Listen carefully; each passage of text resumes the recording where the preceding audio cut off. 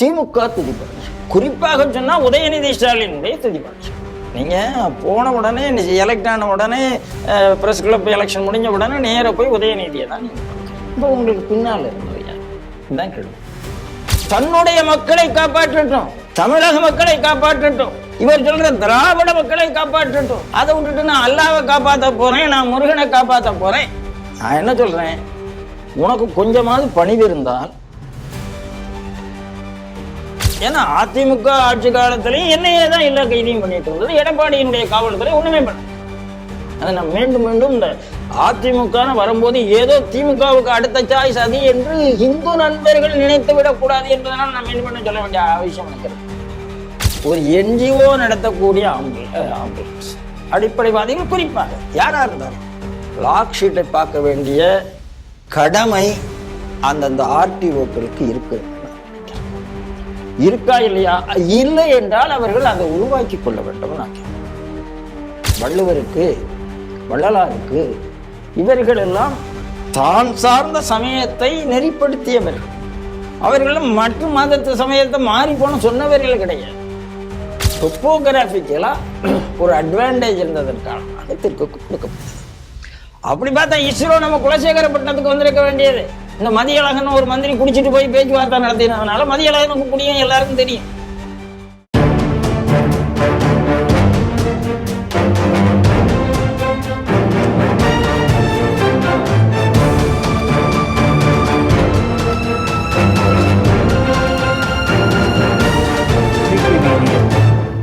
இன்றைய செய்திகள் சிந்தனைகள் நிகழ்ச்சிக்கு உங்களை வரவேற்கிறோம். முதலில் இன்றைய முக்கிய செய்திகளை பார்ப்போம். ஈசிஆரில் திமுக கொடி கட்டிய காரில் போதை ஆசாமிகள் பெண்களை வழிமறித்து அட்டூழியம். அல்லாவையும் முருகனையும் காப்பாற்றும் திராவிட மாடல், அமைச்சர் சேகர் பாபு. ஆம்புலன்ஸ் ஓட்டுநர் போர்வையில் ஐஎஸ் பயங்கரவாதி கைது செய்த என்ஐஏ. தலித் முதல்வராக வேண்டும் ஆளுநர் RN ரவி, பயத்தில் நடுங்கும் திருமா. 100வது ராக்கெட்டை விண்ணில் செலுத்திய இஸ்ரோ. இன்றைய செய்திகள் சிந்தனைகள் நிகழ்ச்சியில் தன்னுடைய கருத்துக்களை பகிர்ந்து கொள்ள நமது அரங்கத்திற்கு ஒரே நாடு இதழின் ஆசிரியர் திரு ராம நம்பி நாராயணன் அவர்கள் வந்திருக்கிறார். ஸ்ரீ டிவி நேயர்கள் சார்பாக அவரை வரவேற்கிறேன். வணக்கம். வணக்கம் ராஜேஷ், சொல்லுங்க. முதல் செய்தியாக, இந்த திமுக ஆட்சியில் சட்டம் ஒழுங்கு எப்படி இருக்குன்னு நம்ம பார்த்துட்டு இருக்கோம். சட்டம் ஒழுங்கு கேள்விக்குறியாக இருக்கிறது. இது சம்பந்தமாக கோர்ட்டும் பல முறை தலையில் கொட்டி இருக்குது. ஆனால் இந்த ஆட்சியும் திருந்தலை, இந்த ஆட்சி நடத்தக்கூடிய திமுக கட்சியில் இருப்பவர்களும் திருந்தலை அப்படிங்கிறது தான் தெரியுது. நேற்று பார்த்திங்கன்னா ஈசிஆரில் ஒருத்தவங்க காரில் வந்து போயிட்டு இருந்திருக்காங்க. ஆனால் அவர்களை வழிமறித்து எடுத்து அவங்கள்ட்ட அத்துமீறலில் ஈடுபட்டிருக்காங்க. இன்னும் சொல்லப்போனால் அந்த காரில் பயணிந்த பெண்கள் கூட அதில் இருக்காங்க. இவங்க போதையில் அப்படி பண்ணாங்களா, இல்லை ஃபுல் போதையில் வந்து சிந்தட்டிக் ட்ரக்கு புழக்கம் தான் இங்கே இருக்குது. இது மாதிரி சாப்பிட்டு போகிறவரங்க இந்த வண்டியை மட்டும் இப்படி பண்ணாங்களா, இது மூலம் வேறு ஏதாவது வண்டியிலையும் இதே போல் அத்துமீறலில் ஈடுபட்டாங்களாங்கிறது தெரியல. அதில் என்ன ஒரே ஒரு செய்தின்னா, இது போன்ற அந்த அத்துமீறலில் ஈடுபட்டவர்கள் காரில் திமுகவுடைய கொடி இருந்தது அப்படிங்கிறது தான் செய்தி. சார் முதல்ல நல்லா புரிஞ்சுக்கங்க சார். முதல்ல சார் எத்தனை சார் இருக்காங்கன்னு நம்ம கண்டுபிடிக்கணும் சார். திமுக ஆமாம், இவங்க போய் வழிமறித்தார்கள் என்றால் இவர்களுக்காக மட்டுமே வழிமறித்தார்களா, இன்னும் இவர்கள் பின்னால் ஏகப்பட்ட சார்கள் இருக்கிறார்களா? இதுதான் என்னுடைய முதல் கேள்வி. இந்த சார் விஷயத்தில் சாரை காப்பாற்ற முயற்சி பண்ண நெல்சன் சேவியனுடைய ஃபோன் பறிமுதல் செய்யப்பட்டிருக்கிறது அப்படின்னு சவுக்கு சங்கர் கூட ட்வீட் பண்ணியிருந்தார். சவுக்கு சங்கர் போட்டிருக்கு. 2-3 ஜேர்னலிஸ்டோட புதிய தலைமுறையிலேருந்து தினத்தந்தியிலேருந்து உள்ள 2 ஜேர்னலிஸ்டினுடைய செல்ஃபோன் பறிமுதல் செய்யப்பட்டிருக்கு. பண்ணியிருக்கிறது யார்? இன்வெஸ்டிகேஷன் ஆஃபீஸராக போட்டிருக்கிற 3 IPS உமன் ஆஃபீஸர்ஸ். அப்படின்னா இவர்களை பாதுகாப்பதுக்கு இந்த நெல்சன் சேவியர்லேருந்து புதிய தலைமுறை தந்தி டிவியிலேருந்து ஆள் இருக்கும்போது இவர்களுக்கு என்ன கவலை இருக்குது? இல்லை இப்போ நீங்கள் இது ஒரு சவுக்கு சங்கருங்கிற ஒரு தனி மனிதர் போட்ட ட்விட்டை வச்சு சொல்கிறீங்க. நமக்கு என்னென்னா அந்த ஞானசேகரன் தம்பி ஞானசேகரன் சொல்லணுமா? ஆமாம், தம்பி ஞானசேகரன் உடைய அவருக்கு வாந்தி வருது, மயக்கம் வருதுங்கிற செய்தியெல்லாம் வருது. பார்ப்போம். இப்போ அது சம்மந்தமான இன்வெஸ்டிகேஷன் நடக்கிறப்ப இது போன்ற ஜேர்னலிஸ்டோடைய ஃபோன்லாம் ரெக்கவர் பண்ணியிருக்காங்க, அது சம்மந்தமாக இன்வெஸ்டிகேஷன் போட இது எந்த சேனல்லையும் வரலையே அப்படிங்கிறது எப்படி வருங்கிற சார். இந்த குறிப்பாக நெல்சன் சேவியர்னே வச்சுக்கோங்களேன், எப்படி நாம் இருக்கோம்? திருநீர் வச்சுக்க வேண்டியது, லிபரல் என்று காமிக்க வேண்டியது, லயோலா காலேஜ் பாதிரி கூட ஃபோட்டோ எடுக்க வேண்டியது, ஹிந்து மதத்தை திட்டி எழுத வேண்டியது, இவ்வளோதானே? இது ஒரு ஃபேஷன். அதாவது தன்னை லிபரல் என்று காமித்துக் கொள்வது ஃபேஷன். சமீபத்தில் அவருடைய ஒரு நேரேட்டிவ் வேறு, அதாவது இத்தனை நாள் லிபரல்னு பேசிக்கிட்டு இருந்த ஜேர்னலிஸ்ட்டு கூட கண்டிச்சிருக்காங்க. என்னென்னா விஜய் அவர்கள் வந்து இந்த பரந்தூர் விமான நிலையம் அந்த பாதிக்கப்பட்டவர்கள் பார்க்க போகும் பொழுது அவர் எந்த சாலையில் செல்கிறார் தெரியுமான்னு ஒரு பெரிய கட்டுரை போட்டு வளர்ச்சி தான் முக்கியம் அப்படின்னு ஒரு இது போட்டிருந்தார். ஏன்னா நீங்களே தானடா இந்த 8 வழிச்சாலைக்கு என்ன பண்ணீங்க, எதெல்லாம் பண்ணீங்க, இன்னைக்கு திடீரென்று திமுக ஆட்சியில் இருக்கும்போது மட்டும் உங்களுக்கு வளர்ச்சி கண்ணில் பட்டு விட்டதே. அதுங்க நான் எதுக்காக சொல்லுகிறேன் என்றால், இவர்கள் ஜேர்னலிஸ்ட் என்ற போர்வையில் இருக்கக்கூடிய திராவிட துதிப்பாடிகள், திமுக துதிப்பாடிகள், குறிப்பாக சொன்னால் உதயநிதி ஸ்டாலினுடைய துதிப்பாடிகள். நீங்கள் போன உடனே எலெக்ட் ஆன உடனே ப்ரெஸ் கிளப் எலெக்ஷன் முடிஞ்ச உடனே நேராக போய் உதயநிதியை தான் நீங்கள் பார்க்குறீங்க. இப்போ உங்களுக்கு பின்னால் இருந்தது யார்? இதுதான் கேள்வி. அப்போ ஞானசேகரன் கேஸாக இருக்கட்டும், இப்போ ஈசிஆரில் நடந்த இந்த இதாக இருக்கட்டும், இல்லை நீங்கள் பிளாங்காக ஞானசேகரன் சொன்னால் இப்போ யாருக்கும் புரியாது. தம்பி ஞான இருக்கட்டும், இல்லை வேற யாராக இருக்கட்டும், இப்போ பிரச்சனை என்ன வருகிறது என்றால், திமுக ஆட்சிக்கு வந்ததே அட்டூழியம் பண்ணுவதற்கு தான் வந்துடுது. இப்போது நான் ஒரு விஷயம் கேட்குறேன். சீமான் இப்போது எனக்கு இந்த கர்மாங்கிறதுல ஒரு பெரிய நம்பிக்கை இருக்குது. சீமான் வந்து பெரியாரை இப்படி திட்டுகிறாரே அதெல்லாம் இல்லை. நான் இதை என்ன கர்மா என்று எங்கே பார்க்குறேன்னா, ஈரோட்டில் போய் பெரியாரை தோல் இருக்கிறார். திஸ் இஸ் கால் கர்மா. வேற எந்த எலெக்ஷனும் இல்லை. இது சீமான் நினைத்து வந்ததா, ஸ்டாலின் நினைத்து வந்ததா, இல்லை ஈவேரா நினைத்து வந்ததான்னு தெரியாது. இது ஒரு கர்மா. ஈரோட்டில் போய் பெரியாருக்கு எங்களுக்கு மண்ணு தான், இது பெரியார் இல்லை, பெரியாரையே எங்களுக்கு மண்ணு தான். நீ சொல்ற தமிழகமே பெரியார் மண்ணுன்னு, அதில் ஈரோடு பெரியார் மண்ணின் மண்ணுன்னா அந்த இடத்துல போய் நான் பெரியாரே எனக்கு மண்ணுன்னு ஒருத்தர் பேசிட்டு இருக்கிறாருன்னா, இப்போ இவர்கள் இந்த பெரியார் இவர்களுக்கு பெண்களை பற்றி என்ன கற்றுக் கொடுத்துருக்கிறாரு? பெண்களை ஒரு போகப் பொருளாகத்தான் பார்த்துருக்காரு, ஒரு தெய்வீக பொருளாக பார்க்கவில்லை. நீங்கள்லாம் கருப்பை பையை அறுத்துக்கிட்டு என்னன்னாலும் போகலாம், என்னன்னாலும் பண்ணலாம், யார் கூடயும் பண்ணலாம்னு சொல்லி கொடுத்ததுனால இந்த திமுக என்ன நினைக்கிற, பெண்கள் என்றால் யார் கூடையாலும் வருவார்கள். அப்படி கற்றுக் கொடுத்தது திராவிடம். நீங்கள் வனவாசம் படித்து விட்டால் உங்களுக்கு தெரிஞ்சிருக்கும், அண்ணாதுரை கருணாநிதி எல்லாம் எப்படி போனார்கள், விளைமாதர் வீட்டிலேயே கூட காசு கொடுக்காம ஏமாற்றி வந்தார்களா இல்லையாங்கிற கதையெல்லாம் நமக்கு தெரிந்திருக்குமே. அதனால் நாடாவை விற்று பாவாடைக்குள்ளே பாருங்கன்னு சொன்ன புத்திசாலிகள் இருக்கிற திராவிட கட்சிகளில் பெண்களுக்கு என்ன மரியாதை இருக்குங்கிறது தான் நம்மளுடைய கேள்வி. ஏன்னா 1-2 பேர் வேணால் இந்த இதில் பல்கலைக்கழகத்தில் நடந்த உடனே அந்த பெண்ணு தான் தப்பு செய்தான்னு போடுற ஒரு நடிகருடைய மக உடனே திமுகவில் போய் சேர்றா, எல்லாரும் ஸ்க்ரோல் பண்ண உடனே. அதுதான் இங்கே நடக்குது. ஏன்னா அது வந்து ஒரு ப்ராக்சி, அது வந்து கிரிப்டோ கிறிஸ்டியன், அது நமக்கு தெரியும். ஏன்னா கழுத்தில் கொஞ்ச நாள் சிறுவையை போட்டுட்டு தான் வந்துட்டு இருந்தாங்க, இப்போ கழுத்தி வச்சுருக்காங்க, அவ்வளோதான் வித்தியாசமே தவிர வேறு எதுவும் கிடையாது. அப்போது திராவிட முன்னேற்ற கழகம் ஆட்சிக்கு வந்ததே அடாவடித்தனம் பண்ணத்துக்கு தான். நீங்கள் நாம் என்ன நினைக்கிறேன், இந்த ஓஸ் பிரியாணிக்கு மட்டும் அடாவடி பண்ணுவார்கள் நினைத்தால் தப்பு. இப்போ அது அண்ணாமலையும் அதுதான் கேட்டிருக்காரு. இப்போ என்னென்னா, ஆட்சிக்கு முன்பு அவர் வந்து பஜ்ஜி கடையில் பரோட்டா கடையெல்லாம் போய் மன்னிப்பு கேட்டு இருந்தார். இப்போ ஆட்சி அதிகாரத்துலையும் இருக்கிறப்பையும் கூட அவர் சொல் பேச்சை கூட அவங்க கட்சியினர் கேட்க மாட்டேங்கிறாங்களே. மகனே கேட்க மாட்டார், அதெல்லாம் பிரச்சனை. அப்புறம் எதுக்கு மற்றவங்களை பற்றி பேச வேண்டியிருக்கு? அதுதான் இப்போ பிரச்சனை. இப்போ எது யார் கண்ட்ரோலில் இருக்குன்னு நமக்கு ஆட்சி யார் கண்ட்ரோல் ஆகையினால தான் நமக்கு வர்ற செய்திகள் நமக்கு மரியாதை இல்லை, பேசாமல் மகன்கிட்டே கொடுத்துட்டும் வெளியில் போயிடலாமா என்று எண்ணுகிறார் என்று செய்திகள் வரத்தானே செய்கிறது. அதனால் திமுக ஆட்சிங்கிறது என்றைக்குமே மக்களுக்கான ஆட்சி இருக்காது. அது கொலைகாரருக்காக கொள்ளைக்காரர்களுக்கான ரேப்பிஸ்டுகளுக்கான ஆட்சியாகத்தான் இருக்கும். இதுதான் என்னுடைய பார்வை.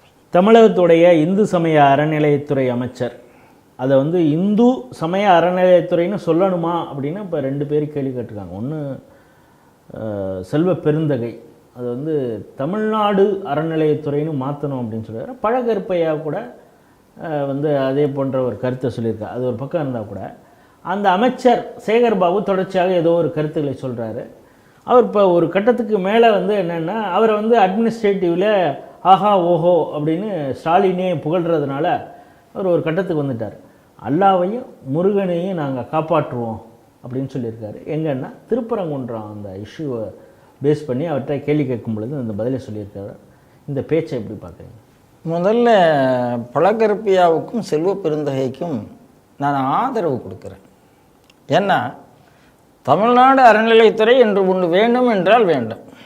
அப்படின்னா என்ன பண்ணோம், அந்த துறைக்குள்ளே வக்ஃபோர்டு வந்துடணும், அந்த துறைக்குள்ளேயே சர்ச்சஸ் மிஷனரியை மானிட்டர் பண்ண வந்துடணும், அந்த துறையிலேயே ஹிந்து வந்துடணும். 3 மதம் இருக்கிற இடத்துல நீ ஒரு மதத்தின் பேரை வெளியில் எடுத்து விட்டு எப்படின்னா வச்சா ஆதரவு கொடுக்கலாம். ஹிந்து கோயில்களை மட்டுமே பராமரிப்பதற்காக மெயின்டைன் பண்ணுவதற்காக நிர்வாகம் பண்ணுவதற்காக இருக்கிறதுல இந்து என்ற பெயர் தான் இருக்க வேண்டும். இது பழக்கருப்பையாவுக்கும் செல்வ பெருந்தகைக்கும் என்னுடைய பதில். நீங்கள் அப்படி விருப்பப்பட்டால் அறநிலைத்துறைக்குள்ளேயே கிறிஸ்டியன் சர்ச் வரணும், மாஸ்க் வரணும், தர்கா வரணும் என்று குரல் கொடுங்கள். குரல் கொடுத்துட்டு அவங்க பேசினா அதில் நியாயம் இருக்கு. அதனால நான் ஆதரவும் கொடுக்கிறேன். ஆனால் அந்த ஆதரவு கண்டிஷனல் ஆதரவு அப்படிங்கிறத நான் முதல்ல முன் வச்சிடறேன். 2வதாக சேகர் பாபு முருகனை காப்பாற்ற வேண்டாம், அல்லாவை காப்பாற்ற வேண்டாம். அல்லாவுக்கு அல்லாவை காப்பாற்ற தெரியும், முருகனுக்கு முருகனை காப்பாற்ற தெரியும். சேகர் பாபு தன்னுடைய மகளை முதல்ல காப்பாற்றட்டும், தன்னுடைய மக்களை காப்பாற்றட்டும், தமிழக மக்களை காப்பாற்றட்டும், இவர் சொல்ற திராவிட மக்களை காப்பாற்றட்டும். அதை விட்டுட்டு நான் அல்லாவை காப்பாற்ற போகிறேன், நான் முருகனை காப்பாற்ற போகிறேன். நான் என்ன சொல்கிறேன், உனக்கு கொஞ்சமாவது பணிவு இருந்தால் கோயிலும் காப்பாற்றப்படும், தர்காவும் காப்பாற்றப்படும்னு சொல்லியிருந்தா கூட நான் ஏற்றுப்பேன். ஏதோ நான் தான் அல்லாவை இப்போ பாருங்கள், இன்னொரு விஷயம் பாருங்கள், அல்லா மீது ஏதாவது குற்றம் வந்து விட்டால் அல்லாவை அல்லாவை விட ஒரு ஆள் தன்னை பெரிதாக பேசிவிட்டால் ஜிஹாதிகள் இவ்வளோ நேரத்துக்கு ஃபத்வா கொடுத்துருப்பாங்க. இல்லை, பல அடிப்படைவாத அமைப்புகளே தர்காங்கிறதே ஏற்றுக்கல. காரணம் அல்லாவுக்கு முகமதுக்கு இணை வைக்கிறாங்க அப்படிங்கிறது. இப்போ எதுக்காக தர்காவை ஏற்றுக்கொள்கிறார்கள் என்றால் இந்துக்களுக்கு மண்டையடி கொடுக்கணுங்கிறதுக்காக. சார், தர்காவை ஏற்றுக்க மாட்டோம், ஆனால் அது இந்துக்களுக்கு எதிராக வந்தால் தர்காவை ஏற்றுப்போங்கிறது ஒரு பாலிசி. அப்போது என்னுடைய பார்வையில் ஒரு கோயிலை காப்பாற்றுருவேன், தர்காவை காப்பாற்றிடுவேன்னு சொன்னால் கூட புரியுது. அல்லாவை காப்பாற்ற போகிறேன், முருகனை காப்பாற்ற போகிறேன்னா அகம்பாவத்தினுடைய உச்சத்துக்கு சேகர் பாபு போயிட்டார். விரைவிலே அதனுடைய பலனை அனுபவிப்பார். அதோட தொடர்ச்சி என்ன இருக்குன்னா, இப்போ ஏற்கனவே திருப்பரங்குன்றத்தில் கோயிலுக்கு இந்த மலை பாதை வழியாக தான் போகணும்.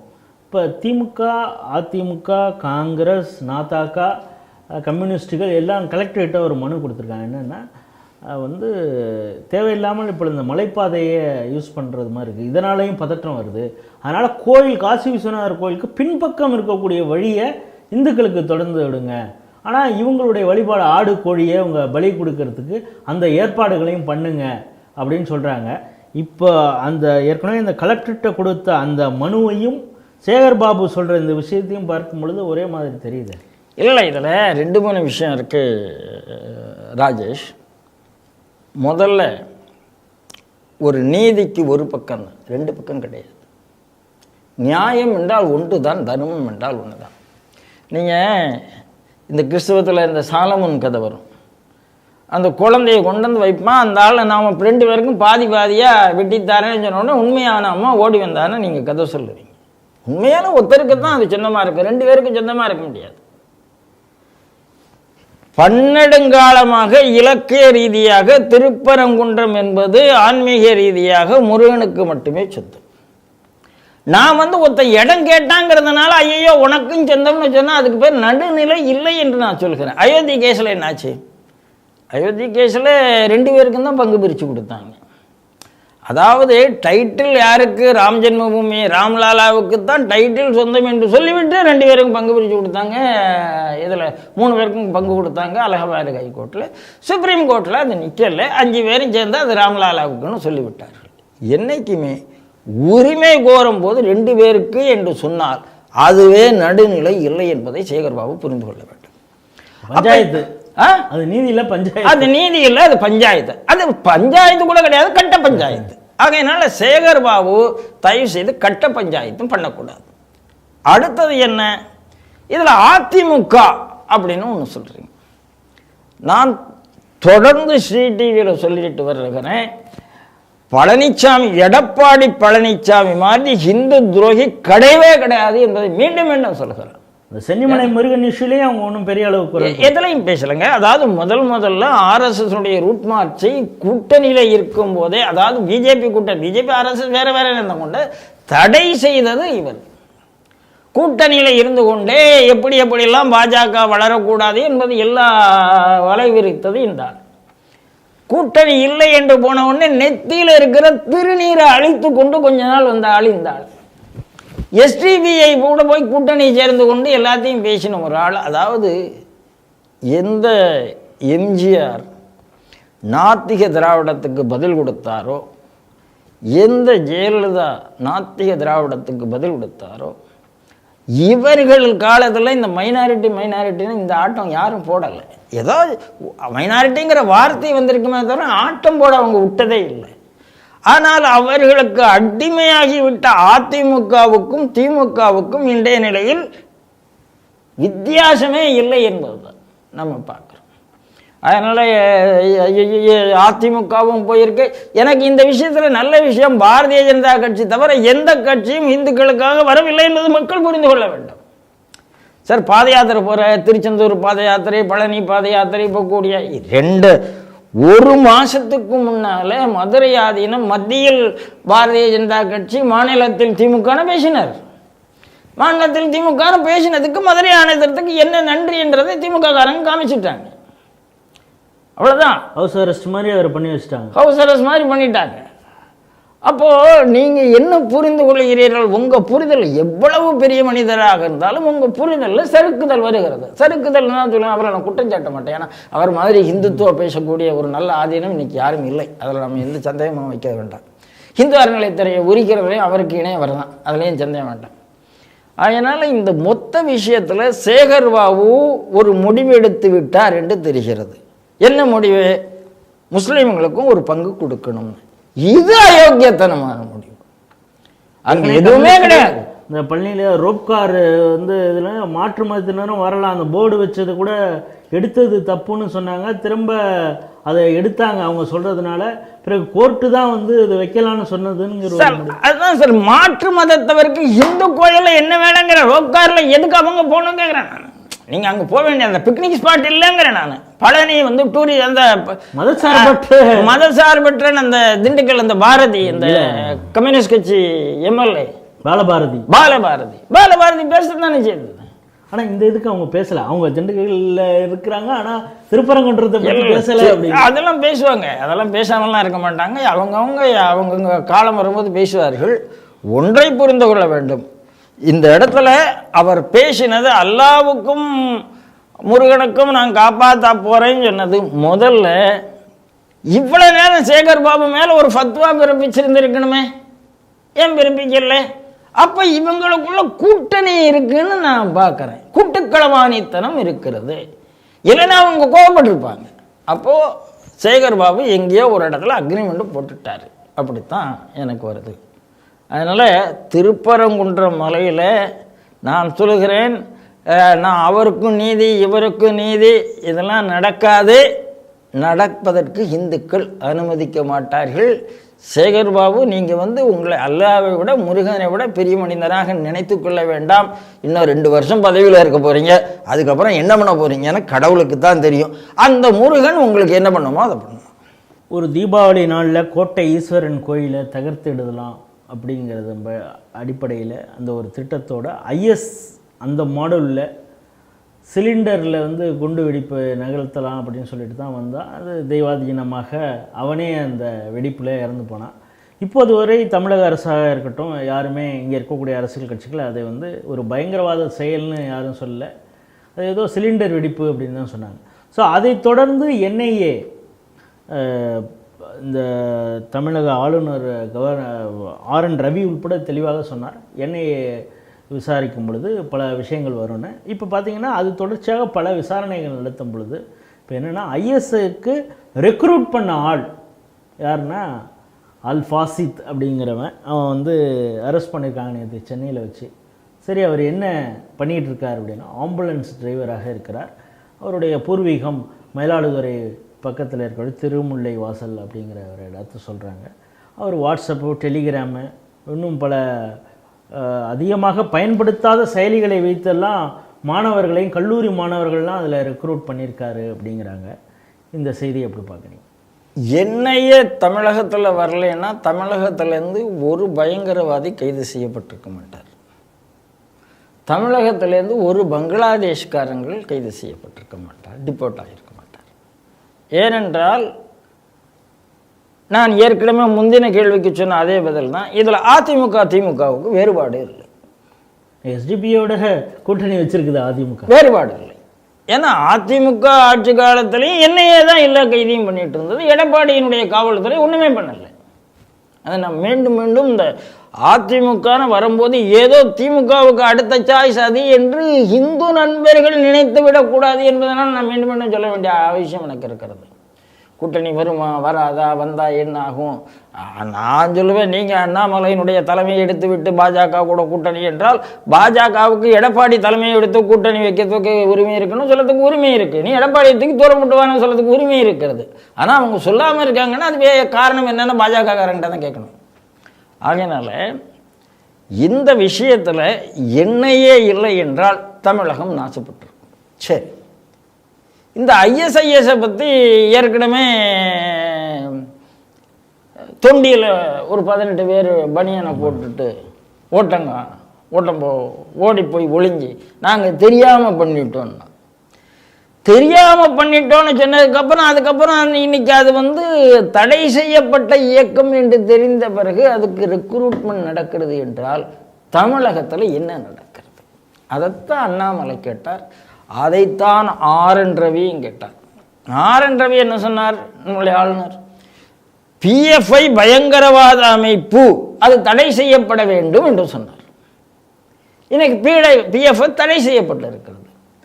ஆனால் திருப்பரங்குன்றத்தில் சிக்கந்தர் மலைக்கு சார்பாக ஆதரித்து PFI போஸ்டர் ஒட்டப்பட்டு இருக்கிறது.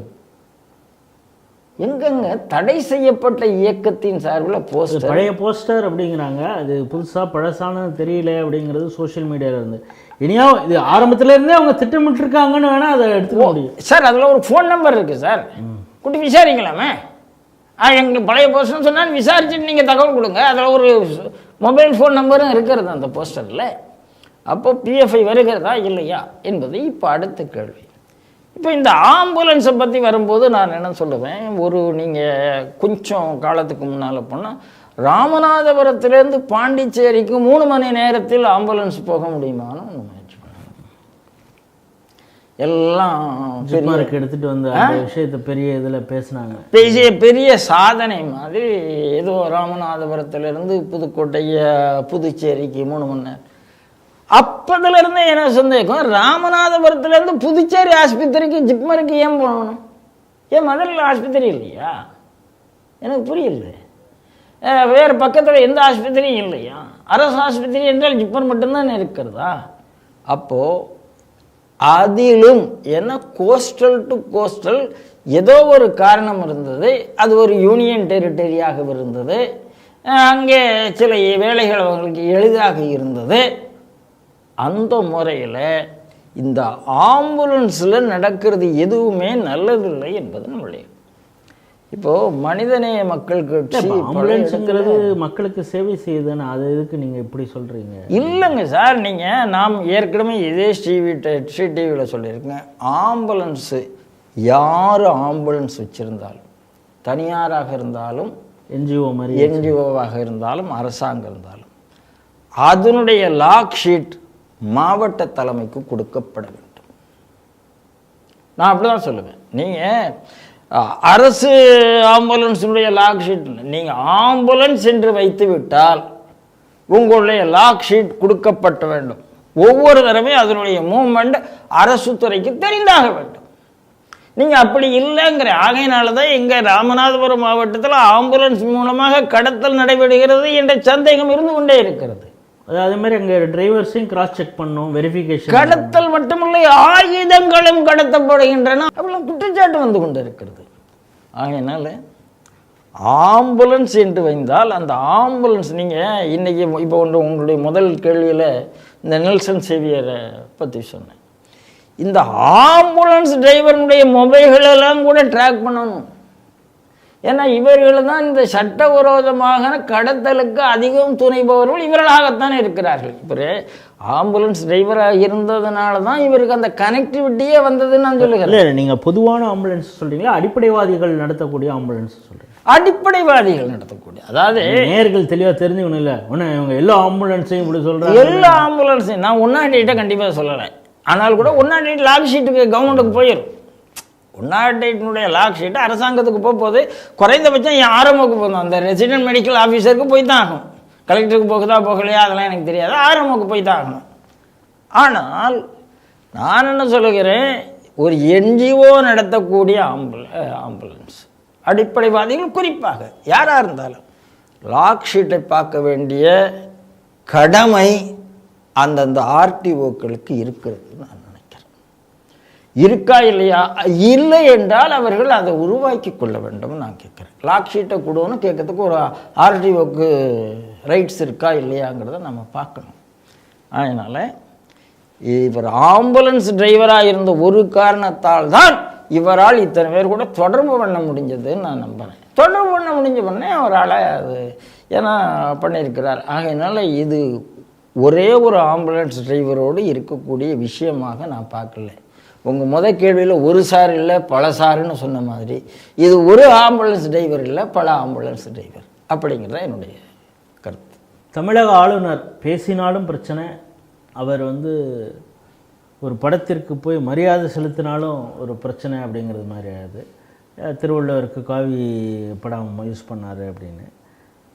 சமீபத்தில் சிதம்பரம் போயிருந்தார். அங்கே நந்தனார் கல்விக் கழகம் அதை அமைப்பதற்கு காரணமாக இருந்த சுவாமி சகஜானந்தர் அவருக்கு மரியாதை செலுத்திட்டு அவங்க நடத்தக்கூடிய அந்த ஒரு ஹாஸ்டலுக்கு போயிட்டு அங்கே இருக்கக்கூடிய மாணவர்களோடலாம் பேசியிருக்காரு. இன்னும் சொல்லப்போனால் எந்த ஒரு படாடோபமும் இல்லாமல் அந்த இயல்பாக அந்த மாணவர்களோடு சேர்ந்து மதிய உணவையும் சாப்பிட்ருக்கிறாரு. அதில் பல விஷயங்கள் அந்த மாணவர்களுக்கு ஊக்கம் கொடுக்கக்கூடிய வகையில் சில விஷயங்களை பேசும் பொழுது இது பட்டியல் சமுதாயத்திற்கான ஒரு ஹாஸ்டல் மாதிரி இருந்தால் கூட இங்கு இருந்து நிறைய பேர் பல உச்சமான பதவிகளை எல்லாம் அடைய வேண்டும் அப்படிங்கிறது தான் என்னுடைய ஆசை. குறிப்பாக தமிழகத்துக்கு ஒரு முதல்வராக கூட ஒரு பட்டியல் சமூகத்தை சேர்ந்தவர் வரும் பொழுது அப்படின்னு சொல்லிட்டு இஸ்ரோவுடைய சேர்மனாக இப்போ சயின்ஸ் டெக்னாலஜி அப்படின்னு பார்த்தீங்கன்னா அதுலேயும் ஒரு தலித் வகுப்பை சார்ந்தவர் அந்த உச்ச பதவிக்கு வந்தால் எவ்வளோ ஒரு சந்தோஷமாக இருக்கும். அதை எதிர்நோக்கி இருக்கிறேன், அதனால் நீங்கள் நல்லா படிங்க அப்படின்னா அந்த மாணவர்கள்லாம் சொல்லியிருக்காரு. ஆனால் இதற்கு திருமாவளவன் இதில் என்ன தவறுன்னு தெரியல, ஆனால் திருமாவளவன் போன்றவர்கள் இதுக்கு கடும் கண்டனங்களை தெரிவிச்சிருக்கிறாங்க. எதனால் அந்த கண்டனம் தெரிவிச்சிருப்பாங்கன்னு நீங்கள் நினைக்கிறீங்க? திருமாவளவன் என்ன நினைக்கிறாருன்னு, தலித் என்றால் என்னுடைய சொத்துன்னு நினச்சிக்கிட்டு இருக்கிறார். சார் எந்த தலித்தும் அடிமை கிடையாது சார். நீங்கள் என்ன சொல்கிறீங்க? அடங்கமோர் அத்துமீறி அப்படிலாம் தானே நீங்கள் சொல்லி விடுங்க. உனக்கு மட்டும் எதுக்கு அவங்க அடங்கணும், உனக்கு மட்டும் ஏன் உனக்கு ஏன் அவங்க அத்துமீறக்கூடாது? நீங்கள் அவர்களை கட்டி போட்டு வைத்திருக்கிறீர்கள். எங்க நீங்கள் அம்பேத்கருக்காக பேசுகிறேங்கிறீங்க. ஒரு முஸ்லீம் ஒரு ஜிஹாத்தி அமைப்பு அம்பேத்கர் சிலையை எடுக்க வேண்டும் என்று வந்தால் நீங்கள் வாயப்பத்து கொண்டு இருக்கிறீர்கள். அதுக்கு சம்மதிக்கிறாரு, எடுக்க சொல்றதுக்கு அதுக்கு சம்மதிக்கிறீங்க. நீங்கள் வேங்கையில் என்ன பேசிகிட்டு இருந்தீங்க, திடீர்னு என்ன பேசுகிறீங்கிறது எங்களுக்கு இன்றைக்கி நாங்கள் பார்த்து கொண்டு இருக்கிறோம். எப்படியெல்லாம் திராவிட முன்னேற்ற கழகத்தினுடைய அரசாட்சிக்கு முட்டு கொடுக்கிறீர்கள் என்பதை நாங்கள் பார்த்து கொண்டு இருக்கிறோம். அதனால் Thirumavalavan is not Dalit friendly, Thirumavalavan is jihadi friendly, Thirumavalavan is crusader friendly, evangelist friendly அப்படிங்கிறத உண்மை. ஆகையினால ஒரு தலித் என்ற ஒரு கூட்டத்தை மதமாற்றம் செய்வதற்காக தன்னில் வைத்து கொண்டு இருக்கிற திருமாவளவனுக்கு பயம் வருகிறது, வன்னி அரசுக்கு பயம் வருகிறது. அதான் காரணம். மற்றபடி கவர்னர் பேசினதில் எந்த தவறும் இல்லை. அதாவது சகஜானந்தா, நீங்கள் இப்போ சகஜானந்தாவுக்கு காவி கலர் கொடுப்பதா உடனே கம்யூனிஸ்ட் கட்சி போராட்டம். நேற்று வரை நீங்கள் சகஜானந்தாவுக்கு என்ன பண்ணீங்கன்னு நான் கேட்குறேன். நீங்கள் வள்ளுவருக்கு, வள்ளலாருக்கு, இவர்களெல்லாம் தான் சார்ந்த சமயத்தை நெறிப்படுத்தியவர்கள்.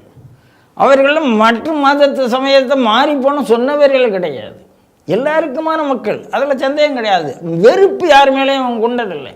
அதனால் வெறுப்பு இல்லை என்பதால் மாற்று மதத்தை ஆதரித்தவர்கள் அர்த்தம் கிடையாது. நீங்கள்லாம் மதமாற்றத்தினுடைய ஏஜெண்டு, மதமாற்றத்தினுடைய ஏஜெண்டாக இருக்கிற கம்யூனிஸ்டுகளுக்கோ விடுதலை சிறுத்தைகளுக்கோ கண்டிப்பாக சகஜானந்தரையோ வள்ளலாரையோ வள்ளுவரையோ பேசுவதற்கு தகுதியே கிடையாது. அதாவது ஸ்டான் சாமிக்கு ஆதரவானவர்கள் திடீர்னு சகஜானந்தருக்கு ஆதரவாக பேசுறது ஆச்சரியம். அது ஸ்டான் சாமிக்கு போய் நான் இன்னொன்று ஸ்டான் சாமிக்கு அஸ்தி கரைச்சாங்க. எனக்கு வேடிக்கை என்னன்னா, கிறிஸ்தவ ஸ்டான் சாமிக்கு எதுக்கு?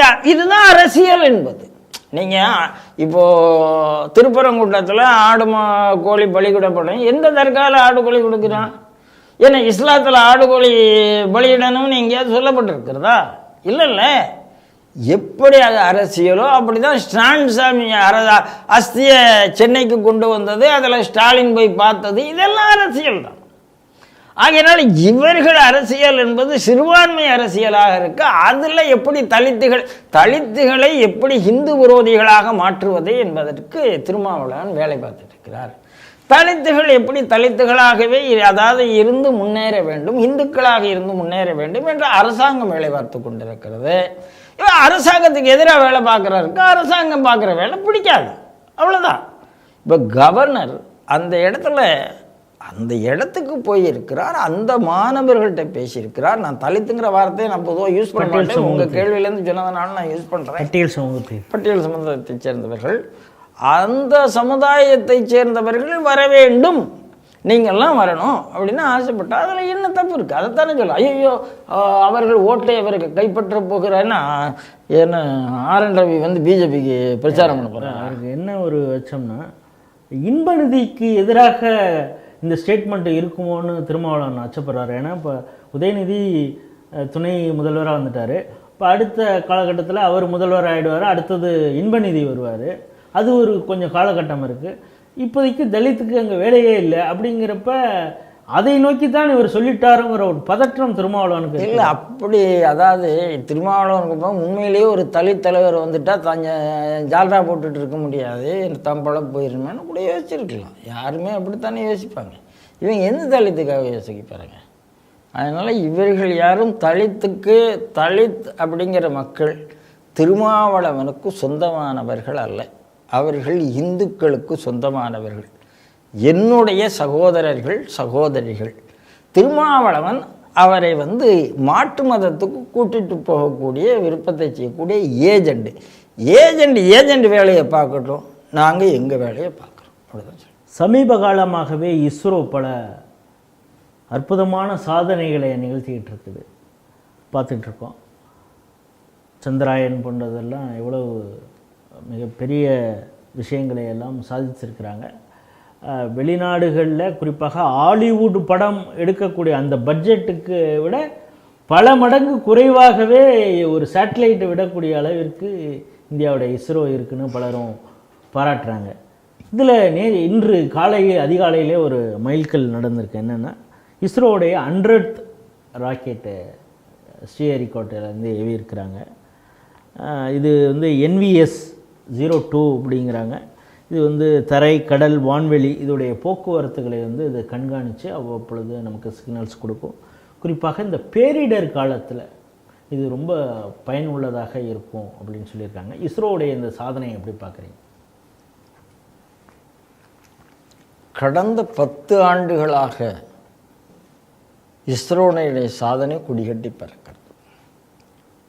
அதுக்கு முக்கியமான காரணம் இன்றைக்கு இருக்கிற பிரதமருக்கு இருக்கக்கூடிய அந்த விஞ்ஞானத்தின் மீதான ஆர்வம். அதாவதுங்க, நாத்திகவாதிக்கு விஞ்ஞானத்தின் மீது ஆர்வம் இருந்தது என்பதெல்லாம் பொய். இப்போது ராமசாமி நாயக்கர் நாத்திகவாதி. எந்த விஞ்ஞானத்தை அவர் வளர்த்து விட்டார்? ஒரு விஞ்ஞானத்தையும் வளர்த்து விடலை. என்ன சொன்னார்? பிரிட்டிஷ்காரன் போனால் குண்டூசி தயாரி பண்ண முடியாதுன்னாரு. இன்றைக்கு ஒரு கேள்வி கேட்குறேன். 5300 ஆண்டுகளுக்கு முன்னாலே தமிழன் இரும்பை கண்டுபிடித்து விட்டார் என்று முதல்வர் சொல்லுகிறார், சு. வெங்கடேசன் சொல்லுகிறார், காங்கிரஸ்காரர் செல்வ பெருந்தகையும் ஜோதிமணியும் சொல்லுகிறார்கள். இவர்களெல்லாம் உடனடியாக இவராக பார்த்து, ஏண்டா நீதானே கேட்ட அன்னைக்கு எங்களால் குண்டூசி தயார் பண்ண முடியாது தமிழனால என்று சொன்னியே, நீ பெரியார் இல்லையே அப்படின்னு இன்னைக்கு கேட்டிருக்க வேண்டாமா? கேட்கல. அதுக்கான ஆன்சர் தான் இப்போ சீமான் சொல்லிட்டு இருக்காரா? ஆமா, நான் என்ன சொல்றேன், குண்டூசி தயார் பண்ண முடியாதுன்னு சொன்ன பெரியார் இன்னைக்கு ஸ்டாலின் சொல்லுகிறார் 5300 ஆண்டுகளுக்கு முன்னால் இரும்பை நாங்கள் உபயோகித்தோம் என்று சொன்னால் என்றால், அப்ப பெரியார் பொய்யர் என்று தானே அர்த்தம். பெரியாருக்கு விஞ்ஞானத்துக்கு சம்பந்தம் இல்லை என்று தானே அர்த்தம். இதுக்காக ஸ்டாலின் மன்னிப்பு கேட்பாரா? செல்வ பெருந்தகை மன்னிப்பு கேட்பாரா? சு. வெங்கடேசன் மன்னிப்பு கேட்பாரா? ஆகவே இனிமேல் நாங்கள் பெரியாரை தூக்கி எறிந்து விட்டோம் என்று சொல்ல வருகிறார்களா? தூக்கி எறியணும் என்று சொல்ல வருகிறார். இது ஒண்ணு. பெரியார் பண்ணல. இன்னைக்கு ஆன்மீகவாதி, அதாவது இந்தியாவில் ஒரு விஞ்ஞானம் வந்தது என்று நீங்க அப்படி போனா அப்படி விவேகானந்த சுவாமி டாட்டாவை சந்திப்பு அங்க வருகிறது. அதுக்கப்புறம் இஸ்ரோ வருகிறது. இஸ்ரோ வளர வேண்டும் என்று ஆசைப்பட்ட நேருவே இஸ்ரோ வளர்த்து விடும் போது எவ்வளவு முட்டுக்கட்டை போட்டார் என்பது வருகிறது. உலக பிரஷர் எப்படி வந்தது, நேரு எப்படி முட்டுக்கட்டப்பட்டார்னு வருது. நம்பி நாராயணனுக்கு எவ்வளவு அழுத்தங்கள் கொடுத்தாங்க அப்படிங்கிறதும் வருது சார். இன்னைக்கு அதுக்காக தான் சார் ராக்கெட்டர் படம் வந்தது. நம்பி நாராயணனை எப்படி தேச விரோதியாக சித்தரித்து கம்யூனிஸ்ட் கட்சி என்ன சதி பண்ணதுன்னு இன்னைக்கு வந்திருக்கிறது. ஒரு வாழ்க்கையிலேருந்து, அதாவது அந்த மாதிரி ஒரு கஷ்டத்தை பட்டு வெளியில் இன்னைக்கு சாதித்து கொண்டிருக்கிறதெல்லாம் ஒன்றும் சிந்தனை கிடையாது. அப்போது இந்த இஸ்ரோவை அடக்கி ஆண்டவர்கள் காங்கிரஸ் கட்சிக்காரர்கள், கம்யூனிஸ்டுகள்.